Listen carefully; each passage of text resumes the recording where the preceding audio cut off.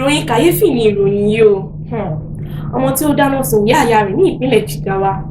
Iléeṣẹ́ ọlọ́pàá ní ìpínlẹ̀ Jigawa ti fi ọwọ́ òfin mú ọmọ ọdún 26 tí orúkọ rẹ̀ ń jẹ́ Nuru Mashood tí wọ́n fi ẹ̀sùn kan wípé ó dáná sun ìyá ìyá rẹ̀ tí orúkọ ìyá ìyá rẹ̀ náà jẹ́ Zuwaira Muhammad tí ó jẹ́ ọmọ 60 ọdún.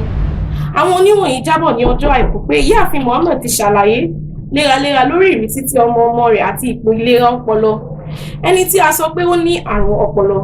Mashood sọ wípé ìyá ìyá òun ti ń dà òun láàmú jù lórí ìbéèrè lemọ́lemọ́, ó sì ṣe ní ìkìlọ̀ fún wọn pé kí wọ́n jáwọ́, ṣùgbọ́n ìyá ìyá rẹ̀ wọn kò gbọ́ràn sóhun lẹ́nu. Mashood sọ pé ó ti sún òun pẹ̀lú ìbéèrè ojoojúmọ́ tí ìyá ìyá òun máa bi òun lórí ìlera òun. Ó sì ti pinnu láti dáná sun ìyá ìyá rẹ̀ pẹ̀lú epo pẹtiró nítorí àwọn ìbéèrè tí wọ́n máa ń bi òun. Mashood sọ pé wọ́n máa ń béèrè ní ọwọ́ òun lórí ìlera lóòrèkóòrè, òun sì bi wọ́n pé kí ló ṣẹlẹ̀ sí òun, ṣùgbọ́n wọn kò résì kankan fún òun.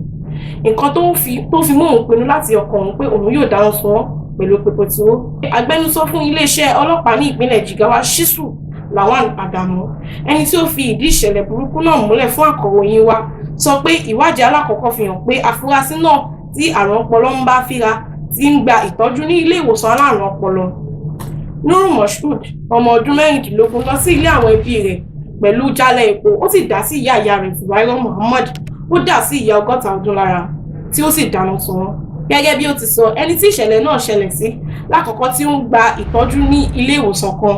Ní àfikún, afurasí náà jẹ́wọ́ wípé ìdí nìyẹn tí òun fi dáná sun wọ́n nítorí àwọn ìbéèrè tí wọ́n máa ń béèrè lọ́wọ́ ní ọ̀pọ̀lọpọ̀ ìgbà.